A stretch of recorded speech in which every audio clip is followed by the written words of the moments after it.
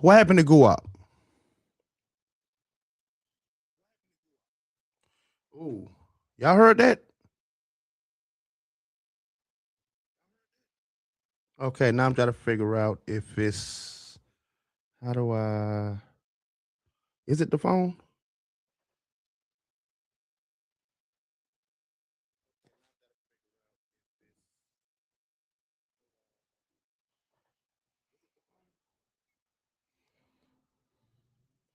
Now do I hear myself?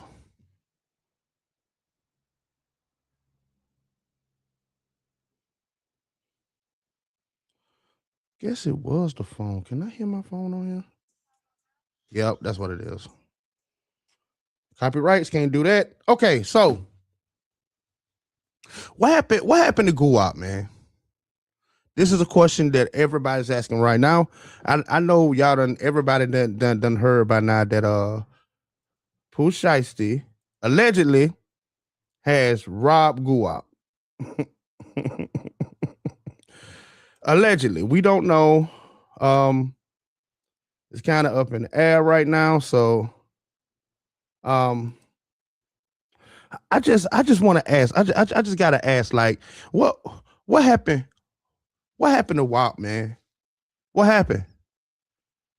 It used to be a time to where Guwap was one of the most respected gangsters of our time. Now he getting robbed, pistol whipped, and getting his jury took by Pooh Shiesty. I mean, don't get me wrong. And I'm not celebrating no shit like that. This ain't cool. Like, this is not cool. This ain't the way shit supposed to go, bro. This ain't the way shit supposed to go. I definitely don't condone it. Let's listen to what the lawyers say though. Listen to this. I'm Ryan Rabel. I'm the U.S. Attorney for the Northern District of Texas. Thank you for coming. This week, 9 individuals, including well-known musical artists, kidnapped and robbed at gunpoint numerous victims at a music studio in Dallas, Texas. 8 of the 9 were arrested yesterday in Dallas, Memphis, and Nashville. These individuals who are charged and arrested include Lontrell Williams Jr. So I think that's Pooh Shiesty. Also known as Pooh Shiesty. Okay. Lontrell Williams Sr. Rodney Daddy. Wright Jr., also known as Big 30. Big 30. Kadarius Waters, Demarion Gibson, DeMarcus Glover, Corday Johnson, Darian McDaniel, and Terrence Rogers has not been arrested yet, but will be soon. The complaint alleges that on January 10th of this year, 3 music industry professionals traveled to Dallas for a scheduled business meeting.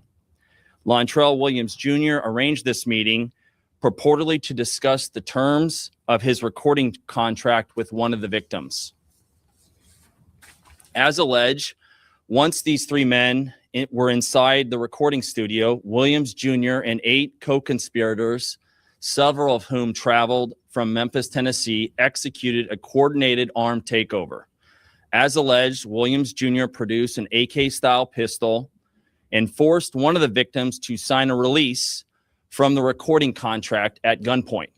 The remaining conspirators displayed firearms and robbed the other victims of Rolex watches, jewelry, cash, and other high-value items. One of the victims was actually choked by one of the defendants to the point of near unconsciousness.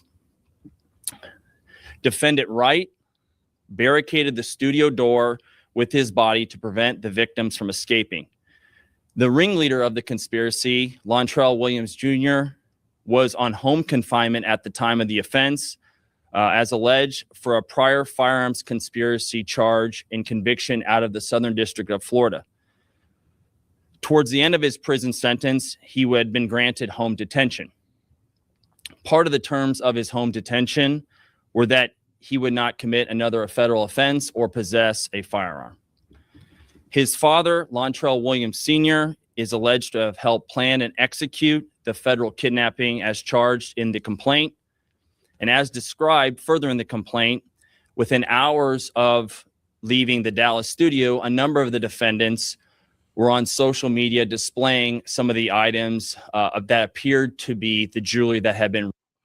Hold on, let me go back a little bit. Let me see. From the recording contract at gunpoint. The remaining conspirators displayed firearms and robbed the other victims of Rolex watches, jewelry, cash, and other high-value items. So Pooh Shiesty crew was there and Gucci crew was there, because if they robbed other gentlemen, then Gucci had people there too. So Pooh Shiesty was there evidently with 9 people, and I don't know how many people Gucci had, but evidently Pooh Shiesty went in, pulled out a gun, robbed Gucci, allegedly. One of the victims was actually choked by one of the defendants to the point of near unconsciousness. Defendant Wright barricaded the studio door with his body to prevent the victims from escaping. The ringleader of the conspiracy, Lontrell Williams Jr., was on home confinement at the time of the offense, as alleged, for a prior firearms conspiracy charge and conviction out of the Southern District of Florida. Towards the end of his prison sentence, he had been granted home detention. Part of the terms of his home detention were that he would not commit another federal offense or possess a firearm. His father, Lontrell Williams Sr., is alleged to have helped plan and execute the federal kidnapping as charged in the complaint. And as described further in the complaint, within hours of leaving the Dallas studio, a number of the defendants were on social media displaying some of the items that appeared to be the jewelry that had been robbed from the victims. The charge. Okay, so they went. Okay, so they went and put the jury on Instagram or something. So the jury. Charging document outlines some of the evidence, just some, establishing the defendant's roles in the federal offense. This is as follows: electronic monitoring data placing Williams Jr. at the offense location, which would put him in violation of his home detention conditions. Cell phone records and license plate reader data corroborating the coordinated travel of multiple defendants from Memphis, Tennessee to Dallas. Rental car records. Like, is Pooh Shiesty retarded? I'm just asking. Can I even say that? Like, did dude get a psych eval? Like, did he really think that he was gonna pull a gun out, get somebody to sign a contract, and that was it? That was gonna be it? Like, it was really gonna work like that? Like, what movies did Pooh Shiesty watch in jail? Like, he really need a psych file, man. No regular person would even. Come on, man. Really? Not even with Gucci, bro. Not even with Gucci. If well, beyond popular belief before today, if he wouldn't have killed you. But today showed that, that you can just get that shit off on Gucci, no matter. Confirming Williams Sr. rented a vehicle that was used by the group, surveillance footage from the offense location, a nearby office supply store, and a hotel where several of the defendants stayed following the offense. Fingerprint evidence as well that was recovered from the crime scene, matching at least 2 of the defendants. Social media posts by defendants displaying what appears to be stolen property just in the days following the offense. Greyhound bus records confirming the travel of multiple defendants from Dallas to Memphis the day after the offense. In this case, came to Dallas to conduct legitimate business, and they were met with firearms and violence as alleged in the charging document.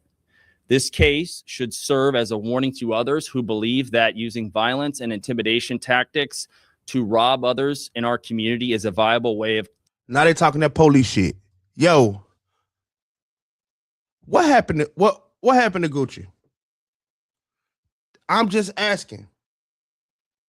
I know every dog has his day, and you're not supposed to. You're not supposed to think that you can never get got as part of the game, right? But my thing is that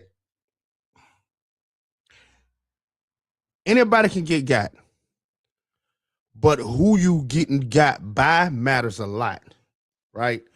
Who is Go out beefing with Yo Gotti? I don't know, right?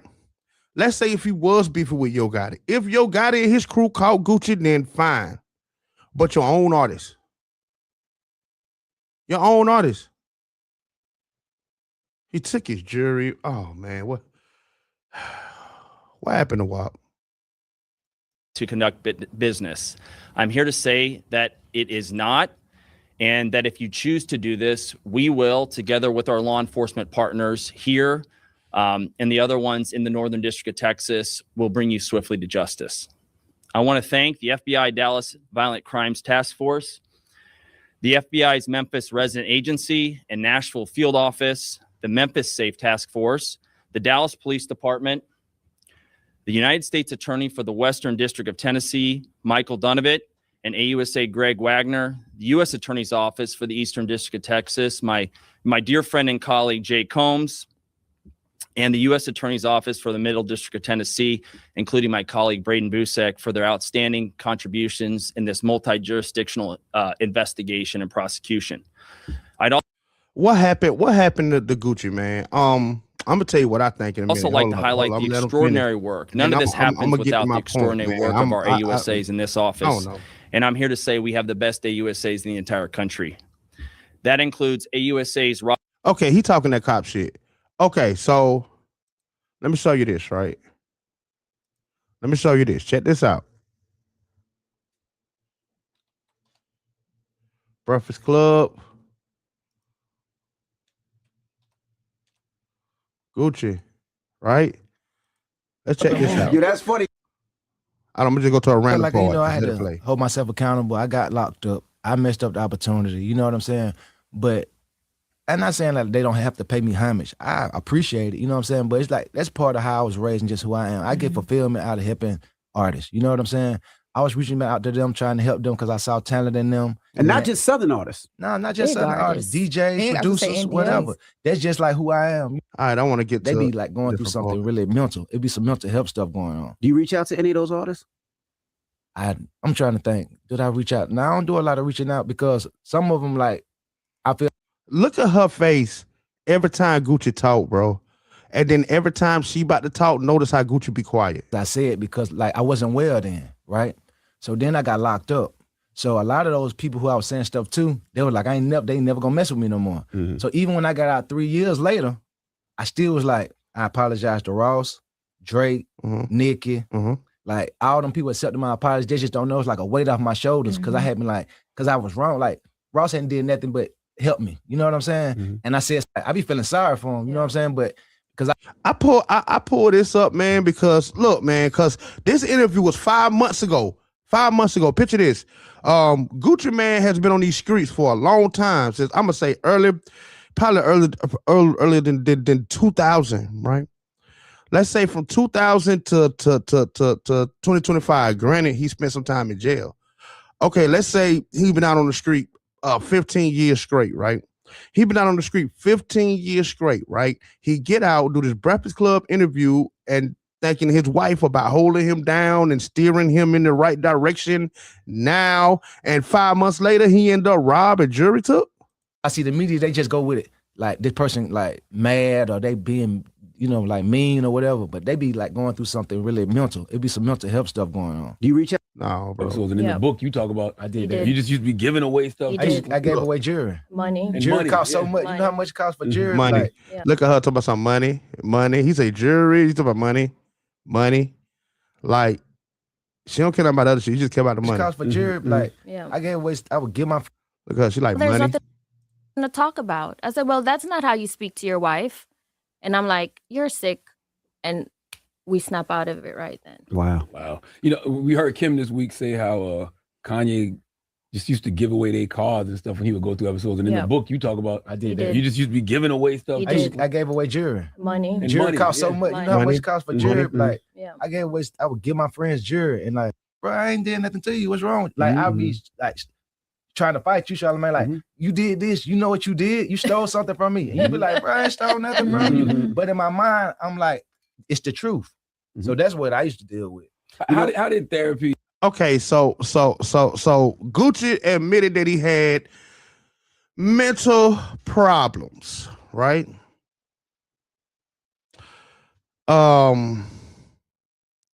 Because the way Shawty was talking, she talking like she got Gucci now. Don't worry about him. I'ma act like a POA or something for Gucci, right? So when Gucci goes out even to meet his own artist or any kind of business, right? You would think that she would be there if she's there to keep him from having episodes. When he had the most episodes during business, talking business, like, come on, bro, like that would be the prime time to have an episode talking about business, and she wasn't there. Like, I don't know. Self-work change your relationship with anger, and like, do you still wrestle with that same inner voice that you talk about throughout the book? I don't. I don't. It's like I seen a therapist. I got Crazy is the best thing I heard about Gucci. That I was like, damn, because it's a lot of artists that are multi-platinum that are still selling records that you were the first person to give an opportunity to. We can name the list, but the list goes on and on. Yep. I feel like, you know, I had to hold myself accountable. I got locked up. I messed up the opportunity. You know what I'm saying? But I'm not saying that they don't have to pay me homage. I appreciate it. You know what I'm saying? But it's like, that's part of how I was raised and just who I am. I get fulfillment out of helping artists. You know what I'm saying? Okay. I was reaching out to them, trying to help them because I saw talent in them. And not just Southern artists. No, not just Big Southern artists. DJs, producers, whatever. That's just like who I am. You know what I'm saying? Like, I'm going to open the door studio. I'm going to bring people in. I'm going to work with the up and coming. That's what I like to do. You get what I'm saying? If it didn't work out the way it did because I got locked up, I got to say, hey, I got myself locked up. You know, I messed that up. But since then, I've been doing well. Since I got out, I've been on a, you know what I'm saying? Been a whole different, everything been going good. I always wondered, did any of those artists reach out when you were locked up and say, let me help? No. Any of those artists? Damn. Let me say this, though. Keisha said, nope. Let me say this. She talking about something. Nope. She answered this man questions for him. Bro, how you gonna answer this man questions and you can't beat out when he signing contracts and getting butts across his head with pistols? But you right there answering questions though. No. What? It is still kind of like paying it forward because when I got out, all those artists did come back and do songs with me. You know, bro. I'm saying, but when I you were down, did they help? They did. Yeah. They don't acknowledge him. He doesn't care or feel that way, but from the outside looking in, they should acknowledge him, you know? All right, look at her. Look at her speaking on what other artists should do. Like, she's not a record label mogul. She's a record label mogul girlfriend. How does she know the business between the artists or whatever? Do she know that much to be speaking on it? Because if she know that much to be speaking on it, it sounds like she should have been there too. Did she get robbed? Man, I ain't gonna say that. I feel like Gucci gets looked at as a hip hop pillar though. I feel like I feel like they look. I feel like Gucci gets his just due as an iconic figure in hip hop and all the artists he put on. No, but it ain't. What would you like to see, Keisha? Like, I would like all of them to acknowledge him, even if they win an award, acknowledge him because he gave you the stomping ground. Mm-hmm. Most people don't know Nicki Minaj. Even if they win an award. So she's saying even if they lead Gucci and go win an award, they need to still thank Gucci for the reward that they got for a song, even though they left Gucci. And I do understand they do got to pay some kind of homage to Gucci for putting them on. But at the same time, Keisha, what the hell do you want? Do you want them to get a Gucci Man tattooed on their chest? Like, what do you want? When they win an award, they only got this much of time. And let's say, I don't know, Nicki Minaj win a BET award. Like, is she going all the way back to Brit Squad, past the pills and potions and the super bass and all this other shit? She gonna go past all that and then thank Gucci, which would be nice. She can. I'm pretty sure she ain't got no problem doing it. If the nigga felt, see, Keisha, this is what you don't understand. Gucci wasn't asking for these things. You are. Gucci was cool. You asking for these things. And with this newfound, I don't know, revelation, when she got, how come, you know, I mean, the artists done went through Gucci and they never robbed a pistol with Gucci? It's a bunch of artists that came through Gucci. Like she just said, it's a bunch of artists that ain't never robbed a pistol with Gucci. Why? Because it's something about what Gucci doing now that's different from you know, the Brit School, how he been doing it, the formula that was winning for him all them damn years before, you know, he suddenly got this mental illness that only she was the one that can diagnose, and only she's the one that can help Gucci with what's going on all of a sudden. So, yeah. I came out of that camp. French Montana came out of that all camp. of Most them. people don't know half those people. We know, but most people don't know that. Migos, Thug, like most people do. Because they don't say it. You're right. I love the chapter Pills and Potion too. Because you said you feel guilty for making the song Pills because you made a whole generation start getting high on pills. How do you rectify that guilt? I can live with it now because it's like it is what it is. You know what I'm saying? But back then, I know that I like made a lot of people use drugs. I talked about drugs all through my music because that's what I was on back then. And I'm just like, damn, I know I made a whole bunch of people think pills was cool. I know that for a fact. You know what I'm saying? And that ain't nothing I'm just super proud of, you know? But what can I do? It's in the past now. And at the same time, I was also a user too. So I was going through it with them. Yeah. The interesting thing about that chapter too, you said that your whole team didn't like that song. They didn't. But what would they? Because I'm sure some of them was on pills too. So what was it? Just they just didn't like the record. When I first when I had like 1 foot in, 1 foot out, a lot of my guys who were hustling, we used to think I was like my crew of hustling buddies. They used to think like pills and stuff like that was like junkie stuff. You know what I'm saying? They think like if you do coke, you like a junkie. If you take pills, you a junkie. They only was cool with. He right about that. He right about that. Well, about the pills, I wouldn't say that. Well, I probably would. The rapper that did it for me was Boosie. Boosie was the one that made me pop pills. It wasn't so much Gucci. And Boosie was a little bit, yeah. Was he? I don't remember, but it was more of a Boosie for me than it was a Gucci, really. With smoking weed, even drinking lean, they thought was some junkie stuff, right? So they said take away from the money. You see what I'm saying? So it's like if you taking pills, you're supposed to be selling the pills. So when I came out with pills, they went with that. They was like, bro, what you making a song about taking pills for? Then the song ended up blowing up. But they was like, they didn't like that song. Yeah. When you did verses, right? What was your mind frame during verses? And Keisha, when you knew he was doing verses against somebody that was his arch enemy at the time, right? What was your mind frame? Because you knew at any moment it could have went bad. Did you want him to do it? I told him not to. They asking Keisha what about verses and Gucci doing verses, but they asking Keisha about verses. Gucci doing verses, but we're gonna ask Keisha. Money. And she said, I said, you're not doing that. I said, I will pay you $1 million not to do this. She told me that. Swear to God. Where like, you I pay you $1 million not to do the verses. I'm like, I'm gonna do the verses. I'ma just mind my business.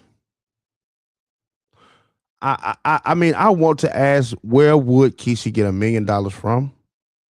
But then it's right there in front of your face. So I'll pay you $1 million of your money not to do that verses. Got it. So how did for people that don't know, how did that verses come about? And what was your mind to do the songs that you did in that moment? Because I mean, I think everybody felt it watching, and people that were like, "Oh, this is gonna end up nasty." Yeah. Well, I'm trying to think. I seen an interview where Jesus was saying like, if I do a verses, I want to do it with Gucci, right? So after that, P had hit me like, bro, you heard Jesus say he want to do a verse with you. Would you do it? And I was like, I don't know if I do no. I don't know if I want to do no verse. I ain't really there yet. Then he came back like, bro, I think this would be big if you do it. So next thing you know, Swiss and Larry Jackson end up hitting me, and we end up we're gonna do the verses, right? And my mind frame going into it was like I was excited about it, like because all the previous verses was so big. So I'm like, man, it's dope. You know what I'm saying? It's gonna be big for me. Everybody gonna be like, my catalog gonna go up. People gonna I was excited about it. Now when actually, Jeezy said he said here on Breakfast Club he wanted to do it with you, but you turned it down. That's what that conversation was. That was back in 2020. I don't think I turned it down. Okay, so he did not turn the verses down. He did turn the verses down. It really don't matter. At the end of the day, that sound good for Keisha to be like, oh, I told him not to do the verses, but actuality, did she really tell him not to do the verses though? Did she really tell him not to do the verses? Hold on, wait a minute. Let me move this right. Nah, I was screwed right there. I don't know, bro. I think I turned down doing verses, period. But I was open to do the verses. When they finally like broke it down to me, like, okay, This the business about it. This how all this good can come out of it. I'm like, okay, I'm gonna do it. And Keisha, you didn't want him to do it because you knew he could potentially have an episode? Or no, I just don't trust it. I don't know. God forbid GC go say the wrong thing and things pop off. I ain't got time. Yeah. Where were you when he was doing the verse? I was you ain't got time. What else are you? Pregnant at home. No, he didn't Okay, that's fair. want me there. So you were watching it. Yeah, my hands was wet, sweating. I'm nervous. I'm like, Lord Jesus, help me. So when he did that song, what were you thinking when he did that song? When he did that song, like, oh my goodness. I'm just like this, like any normal person. I'm in the bed watching it like everybody else, scared. And Jeezy, you said you were lucky that I'm sorry, Jeezy. Sorry, Gucci. Yeah. You said that you were happy that Jeezy took the moment to kind of shift the energy a bit. I would say, in hindsight, I'm like, I respect the way he did what he said. You know what I'm saying? And you know what he said made sense. You know what I'm saying? But at that moment, in the heat of the moment, I wasn't thinking like, I'm happy he said that. In the heat of the moment, I was just like, I don't know if it bullshit. I think he ended up Besma. I would say East Atlanta, but I don't want to. Besma kind of depresses me because it's like when you go down there, it's so like. It's like, damn, you know what I'm saying? It's like, damn, it's a tough place to grow up at. And when I go back there, it's like, it down there make me cry just looking at the buildings. I mean, you know what I'm saying? It's too for me. Sometimes something too for me, for you got to get away from. But those deep episodes won't happen ever again. We're in 25, so the last one was 5 years ago. He had a mild one coming maybe 2 years ago, and I caught it. So now I catch them before they come. And like people be saying stuff about him like, oh, he's soft. Oh, she catch them before they come. So why the fuck you wasn't there when in fact if you would have caught one on Pooh Shiesty? Why didn't you get robbed, Keisha? Money. He's this, he that. The madman is still there. So I try my best. I don't want them to where the hell was he at when he was getting robbed though? I mean, allegedly. Like, where was you at? Provoke him because it will come back. Yeah. And he's very dangerous. So y'all listen, please. I listen. Nothing. Please leave him alone. Because the Mad Max is still in the head. Yeah, when I saw Young Thug say that, I was just like, man, Thug is just young. Yeah, they don't understand. Gucci ain't soft. He grown. Yeah. He's grown. He's evolved. When did you develop the trust for Keisha K.R., right? Because it's not just a little trust for Keisha K.R. Let's hear this. Bit of trust. It's almost like you gave everything and trusted that she was going to be there for you, and she was. I knew she was a great woman. You know what I'm saying? But I just wasn't there. You know what I'm saying? But once I went to jail and like some people had stole my money, you know what I'm saying? So the rest of it got to the point where I was like, the rest of the money I got, I gave it to her. I'm like, because I already had somebody steal. You know what I'm saying? So it's like I had nobody else to trust. You know, I didn't even trust my mom. You know what I'm saying? So I'm like, baby, you take this. She said, no, I don't want it. He had nobody else. Said, don't give it to me. Find somebody else. I'm like, you're the only person I got to trust. So it probably when I got locked up and had went through so many and went through a betrayal. Because you give her everything where it's like you trust everything. What happened to Wop, man?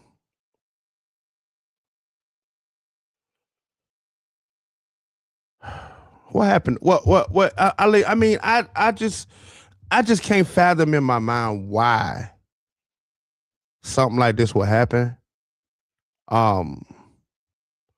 But I do know that Gucci was good all the way up into now. And 5 months ago, we got this, and then Keisha came, money, and let us know what was going on with Gucci and how she had this under control. And then this happened. Money. I don't know, man. I think I'm gonna end this live, man. I'm disappointed. I'm so disappointed, man. All right, man. I'm out, man. Paper.